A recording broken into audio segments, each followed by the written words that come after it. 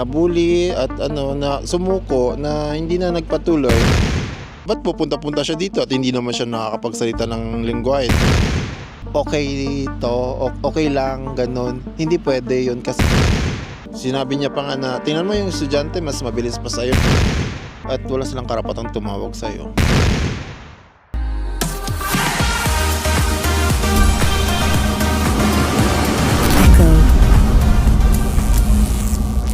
Hey mga karandom, welcome to my vlog. It's me, Echo. Special vlog na to dahil andito tayo ngayon sa St. Gallen, dito Switzerland. So first time ko dito. Meron tayong special guest. Interviewin natin today. Bahala na siya mag-introduce sa sarili niya. Walang iba mga karandom. Si Rog. Rog! Kasi na. Ayun na pala yung interview namin. Hey Rog! Sa mga hindi nakakilala sa akin, ako po si Echo, nurse sa Germany for 4 years. Hello mga karandom. Ako pala si Rog na pinanganak sa Basilan at lumaki sa Iloilo. At ngayon ay nurse sa Germany. Meron kami isang organization sa UAE na magkasama kami. Pero magkaiba kami ng group of friends. Kasi tsaka mas nauna kasi ako sa kanya doon sa SFC. So yun, Rog. Yun nga, nurse ako doon, tapos nurse din siya doon. More than 10 years din ako nagtrabaho sa Al-Ain. Wow, ako 6. Tapos nag-decide ako na mag-Deutsch course during pandemic actually. Then after nun, tuloy-tuloy na. Tapos dumating na ako dito. Siguro dito nasa more than 2 years na ako dito. Magti 3 years na actually. Bakit mo napiling magtrabaho dito sa Germany? Sa UAE naman, okay naman yung sahod actually. Tapos wala ngang tax actually yung sahod, di ba? Basic necessity lang naman natin yung may tax doon. Pero dahil sa sobrang tagal na, alam mo yung 10 years na ako doon, parang gusto ko naman ng ibang surroundings. Yung iba naman yung ma-experience ko, hindi lang yung laging Middle East. First choice mo yung Germany or may other choices ka? Ikaw ba, ang thought process mo selecting yung bansa na kung saan ka magwo-work? Hindi kasi before nung nasa Al-Ain pa lang ako sa UAE, nagta-travel na talaga ako like sa iba't ibang bansa. Tapos it so happen na nakapunta ako ng Germany. Tapos yun, nakita ko naman paano yung pamumuhay. Wala lang, parang nag-flash lang sa akin na what if mag-aral ako ng Deutsch, ng German, tapos gusto ko din matry kung paano yung magtrabaho sa Germany. Ganon din yung naging ko, parang sabi ko, ano kaya yung pakiramdam na magtrabaho dito sa Berlin, dito sa Germany. Sabi ko, parang one of these days gusto ko magtrabaho dito. Then, true enough, after 4 years, 3 years, napunta na ako dito. Paano yung naging process ng pag-aaral mo? Saan ka ba nag-aaral? Sa Pilipinas? Sa UAE? Paano yung setup? It so happen na pandemic na. So, yung setup namin online through Zoom meeting. So, Throughout the oo, online lang talaga yung namin. Wala kaming one-on-one na personal, wala. Sa totoo, bakit dito sa Germany yung pinili mo bansa? Ito yung bansang pinili ko, yung Germany, dahil unang-una yung life-work balance nga. After ng work mo, may time ka pa sa self mo, kung anong gusto mong gawin sa buhay mo. Siyempre, sahod. Bigay ka ng range sa yung sahod mo doon sa UAE, tapos sahod mo dito without being so specific. Konti lang naman yung difference sa Germany tsaka sa UAE. More than 100,000 siguro, yan, ganun. Dito actually, ganun din naman, no? Akala ko ba mas mataas dito? Bakit lumipat ka pa din sa Germany kung parang halos ganun din naman pala yung sasahurin mo? Syempre dito parang mas unang-una makakapag-travel ka din naman, mas maraming choices dito makakapag-travel ka hindi lang sa Germany, sa buong Schengen area kung gusto mo. Actually kahit 2 days off ka lang, pwede kang gumala sa kabilang bansa. Yun, mas maraming chances at maraming possibilities na pwede mong gawin dito. So parang yung paraan ng pag-choice mo nung bansa is yung kung saan ka makakuha ng work-life balance, magiging satisfied ka sa work. Alam mo yun, parang hindi lang dapat tayo laging tatrabaho lang, dapat in-enjoy din natin yung buhay, di ba? Sa bagay, tama. Yung Schengen visa kasi talagang napakalaking bonus sa atin. To think na hindi ka na mangunguha ng visa going to other country pag nandito ka sa Europe. Ngayon, nasa St. Gallen tayo, di ba? Kahit hindi natin ito planado na pumunta dito, nakapunta tayo dito na without kumuha ng visa, di ba? So, parang ganun. Kahit random na lang na, tara, punta tayo ng ganito. Pwede, di ba? Possible. first 6 months of adjustment, ano yung dalawang struggles na sa tingin mo pwede mong i-share sa ating mga ka-random? Ang una kong trabaho sa Altenheim, yung isa siyang facility na nandun yung mga matatanda. Doon sila nakatira at Parang nursing home? parang, yeah, exactly. Parang nursing home na doon na lahat. Tapos may nurse. 24/7 din yung may nurse doon na shifting, ganun. So, yun. Doon ako nagtatrabaho nung una. Tapos, daily needs nila lahat. Kailangan, ganyan. Tapos papakainin, ganun, lahat. Yung struggles ko naman sa first 6 weeks ko, syempre nung una, nung bago ka pumunta dito, excited ka lahat. At sabi, akala mo, B2 ka, di ba? Yung B2 level ka. So, parang sabi mo, equip ka, lahat ganyan sa language. So, pagdating mo dito, so, syempre, medyo na-shock ka kasi unang-una, pagsasalita nila, ang bibilis nila. Syempre, dun pa lang, hindi mo na masyado. Tapos, meron pang yung mga ginagamit nilang words na hindi mo naman natutunan sa Deutsch course, 'di ba? So, yun yung mga una-unang struggles na naranasan ko. Tapos, ano pa ba? Yun nga, nabully ako. Oh, ano nangyari? Nagsalita siya na sa harap-harapan ko na nasa grupo na na ba't pupunta-punta siya dito at hindi naman siya nakakapagsalita ng lingwahe. Dapat siya mag-adjust. So, yun lang naman. Pero syempre, hindi ko naman pinakita na pinaghinaan ako ng loob ko. Ginawa ko naman ang best ko. So, yun. Tuloy-tuloy lang. May ka ba mga ibang kakilala, mga kabayan na parang nag-give up na lang din in the midst ng ganong mga problema, yung pagbubuli? Yung nakita ko din sa kanila sa isang vlog natin na parang ako din personally naranasan ko yung bullying dito. Pero isang tao lang din naman siya. Yung parang sinabi niya lang din sa akin na parang, ba't nandito yan? Hindi naman din siya marunong magsalita, ganun. Dapat alam niya na pagpunta siya dito, dapat alam niya na yung agad magsalita. Tulad ng sabi ni Rog, kala natin alam na natin, pero hindi pa din natin alam lahat. Kasi ang dami nilang dialects, ang dami nilang, depende yan kung saan ka mapupunta. Meron akong kilala na bully at na sumuko na hindi na nagpatuloy, na parang nag for good na sa Pinas. Hindi siya nang hinayang? Saan? Although binigyan namin siya ng advice na tuloy mo lang, ganyan, nandito naman kami kung kailangan mo ng suporta. Kaso ayaw niya na talaga baka hindi talaga para sa kanya yung lugar na to. Pero meron din naman na iba na pag gano'n, na paghinaan, ina-advisean namin na lumipat na lang ng ibang station or lumipat na lang ng ibang city, na which is okay naman after. Yung culture. Siguro syempre, nung una hindi ka sanay sa culture nila na masyado silang open at direct magsalita. Pero natutunan mo naman yon na i-adapt sa sarili mo after. Kaya ka-different yung culture ng Pilipino sa culture ng mga Germans? Kasi tayo may matulungin tayo, 'di ba? Tapos medyo mahiya tayo sa una.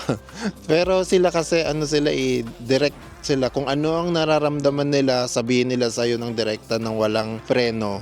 Kung ano man yung nasa isip nila, sabihin nila agad-agad sa iyo na without thinking kung masasaktan ka or what. Basta sasabihin nila kung ano man ang nakikita nila at nararamdaman na sa tingin nila mali na kailangan nilang sabihin sa iyo, sabihin nila. Yung example, yung sa akin, yung 3 kami naka-duty, ako, tapos yung nurse, tapos student. Sinabi niya pa nga na, tingnan mo yung estudyante, mas mabilis pa sa'yo, nauna pa siya. Ikaw, more than 1 hour ka na dyan sa pasyente, pero hindi mo pa natatapos. Paano mo siya tinik? Tinik ko siya as a challenge na ginawa ko ang best ko, ginalingan. Ginalingan mo sa live. Ginalingan ko, yon. So, tapos naging close na kami ng nurse. Parang mag-BFF na kami. Pinakita mo lang sa kanya, deserve. Oo. So, yun. Tapos okay naman na. Siyempre, tayo naman kasi sa una, ganun talaga kasi hindi pa natin alam paano yung galawan dito, yung mga ganun. Parang nag-a-adjust tayo. Pero once naka-adjust naman ang Pinoy, madali na lang yan sa atin. Diba? Ganun naman tayo madali tayong mag-adjust. Pinoy tayo. Wow, Pinoy tayo. Ano yung sa'yo ng Pinoy tayo? Ano yung working experiences mo sa UAE tsaka sa Germany na nasa tingin mo may malaking diferensya sa estado ng life mo sa ngayon? Dun sa UAE kasi nagtrabaho ako sa home care. Everyday napupunta sa bahay ng mga pasyente. Tapos mag-isa ka dong nurse. Tapos kasama mo yung family doon sa loob ng bahay at yung patient. Mostly doon, papakialaman ka ng family mo na itong gawin mo, itong ganyan. So parang sila yung doktor mo doon. So parang Mahirap ba yung ganung trabaho? Pag nakuha mo naman yung loob nila, okay siya. Pero may mga iba talaga na toxic talaga yung patient at toxic din yung family. Iba-iba, depende talaga. Hindi ko naman sinasabi na lahat do, pero I mean, yun. Kasi may mga matatanda talaga na member ng family at yung patient pag matanda, hindi marunong mag-English. So, yun, kailangan mo din mag-Arabic, ganyan. Struggle, weather siguro. Sobrang init. Hindi naman siguro ako abot doon ng more than 10 years. At hindi ko naman siya magiging baon na experience na magagamit ko sa ibang bagay, di ba? So, gagamitin ko siya as inspiration na dito, na lalaban pa din tayo sa buhay. So again, comparing yung experiences mo sa UAE and experiences mo dito sa Germany. Actually, ang work dito sobrang madali lang naman. Saan nag-work ka? Nasa hospital ako, nag-work sa Dortmund sa isang neurology department. Actually, yung work dito masyadong madali kung i-compare ko sa UAE at sa Pinas. So, masyadong mas madali at magaan dito. Yung ano lang talaga dito is lengguwahe. So far, so good naman. Ang maganda lang dito talaga pag tapos ka na sa trabaho sa time mo, pwede ka na umalis basta naka-endorse mo, tapos na. Kung hindi mo man nagawa, edi sabihin mo sa kapalitan mo na hindi mo nagawa. Importante na document mo, ganun. Yun lang naman. Dito kasi sa Germany, dahil alam nila yung respetuhin yung oras ng bawat isa, dahil nga para mahalaga sa kanila yung work-life balance. Kapag endorse mo na, pag break mo, parang gano'n. Yun yung real talk lang. Basta sa shift mo, edi gawin mo kung anong trabaho mo. Yun lang naman ang pinaka-importante. At napaka-importante din dito, pag may sakit ka, edi may sakit ka. Kung bakasyon mo, is bakasyon mo. At wala silang karapatang tumawag sa'yo. Kailangan mo lang sabihin din kung ano ang nararamdaman mo at yung mga gusto at hindi mo. At matuto kang magsabi ng hindi. So, Rog, kung meron kang ma-advise sa mga friends natin dyan na nasa Pilipinas pa lang, ano yung advice na mabibigay mo sa kanila to navigate yung pagpunta dito, at kung nandito na sila sa Germany, ano yung dapat nilang tandaan? Sa ngayon, kung nasa Pilipinas pa lang at nag-ano pa lang ng Deutsch course, edi syempre, kailangan talaga magbasa ng maraming vocabulary para at least equip ka talaga sa pag-ano dito. Kasi yun talaga yung pinaka number one struggles natin, yung language, no? Pero kung nandito naman na din at kung nag-start na, syempre matuto tayo wag mahiya. Kasi mahiyain talaga tayo in nature, pero kailangan natin labanan yun na nasa ibang bansa tayo. Sarili lang natin yung makakatulong din sa atin, so kailangan tayong maging medyo matapang din. Like, huwag tayong mahiya. Like, may sasabihin ka, like example, hindi mo naintindihan, talagang magtatanong ka na hindi mo naintindihan, kasi importante din yun sa work. Dahil kung magkamali tayo sa work, syempre sa'yo din yung ang balik nun. So kailangan talaga na magtatanong tayo, at kung hindi mo naintindihan, like example, hindi okay yun sa'yo yung ginawa niya o ginawa nung kasama mo or ano, kailangan mong sabihin, I mean, speak your mind. Yung ganun ba, na kailangan mo talagang sabihin, hindi pwede yung okay okay lang, ganun. Hindi pwede yun, kasi dito kasi sa kanila, ganun din naman kasi sila, napaka-direkta. So kailangan din natin i-adapt yung sarili natin, kasi tayo dapat ang mag-adjust, kasi tayo ang pumunta dito. So kailangan i-adapt natin yung ganung example, sabihin, tawagan ka na, pwede ba makipagpalit ka, ayaw mo kasi may appointment ka. Oo, so sabihin mo hindi ka pwede. Okay lang naman yun, kasi kailangan talaga yun na kailangan talagang itanong sa'yo yun, kasi officially yun na yun, kung anong lumabas na schedule, yun na talaga yun. So kailangan talaga ng approval kung gustong palitan. Hindi pwedeng papalit-palitan na lang, diba? At kung para labanan ang homesick, so siguro lumabas, meet your friends, magluto, depende kung ano talaga yung passion mo sa buhay yon. So yun, kung anong, kasi syempre talaga na prone tayo sa homesick, no? So Ano yung nakikita mo sa sarili mo in 2 to 3 years from now? 2 to 3 years siguro nandito pa din siguro ako sa Germany. Nasa Germany pa kasi nasa Switzerland. So yun, nasa Germany pa din siguro ako, pero siguro mas lumawak na yung experience sa buhay at sa trabaho, at siguro mas matatag, mas lumalaban, mas may satisfaction sa buhay, siguro ganun. At more troubles, siguro. Yun. Sige, ako din sasagot. 2 to 3 years from now, syempre, dito pa din ako sa Germany, nagtatrabaho. Pero I'll make sure na nag-enjoy ako. Nag-enjoy ako sa buhay, nag-enjoy ako at nakakapag-ipon. Kasi katulad na lahat naman ng kahit saan, hindi sigurado yung kondisyon ng bawat country. Sa Pilipinas may ganitong sitwasyon, sa Germany may ganitong sitwasyon, sa Russia, Ukraine, sa US may ganitong sitwasyon. So parang na lang, for us na maging safe, na meron tayong baon kapag ano man yung mangyari. Kay Rog, kasi na-appreciate ko to kasi ilang years na tayo hindi nakita. More than 10 years na siguro. Siguro more than 10 years na kami mo hindi nakita from UAE pa. Ilan lang yung mga friends mo na nagkakaino-kaino reconnection. Bakit mahirap maging OFW? Mahirap maging OFW kasi sa culture ng Pilipinas is lahat umaasa sa'yo. Mahirap kasi mag-isa ka nga dito. So kailangan mo talagang malaman yung nasa surroundings mo. May mga tao pa rin sa Pilipinas na kakilala ka, na akala nila porket OFW ka ay lumuluwa ka ng pera.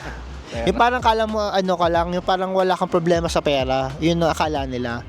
Na minsan yung mga kinakain hindi naman, minsan mas masarap yung kinakain nila kasi mas mura yung 'di ba, yung pagkain sa Pilipinas. Unlike dito, kailangan mo mag-travel or alam mo, mag-order kung saan para and gumastos ng malaking pera para kung makain mo yung gusto mong talagang kinikrave mo. Hindi sa nagreklamo, pero all in all parang pa din, grateful pa din ako na nandito ako nagkaroon ako ng opportunity to work here sa Germany. Ikaw ba? Oo naman, grateful naman na at least may trabaho pa din tayo at kaya pa din natin magtrabaho at mag-earn. Para hindi lang para sa sarili natin, kundi para sa family natin at sa mga umaasa sa atin. Shout out sa lahat ng basher. Thank you guys for watching this vlog again. Bayad to. Bayad ba? Thank you guys for watching this vlog, and kung nagustuhan nyo yung vlog natin, please share, subscribe po sa mga hindi pa natin subscribers. Yun, tulad ng lagi kong sinasabi, hamunin man tayo ng panahon, maraming dahilan para bumangon. Ako po si Echo, and Rog. remember, stay cute. Bye! Cheers! Gugutom na ako. Ay, hindi. Pala ako. Bye-bye!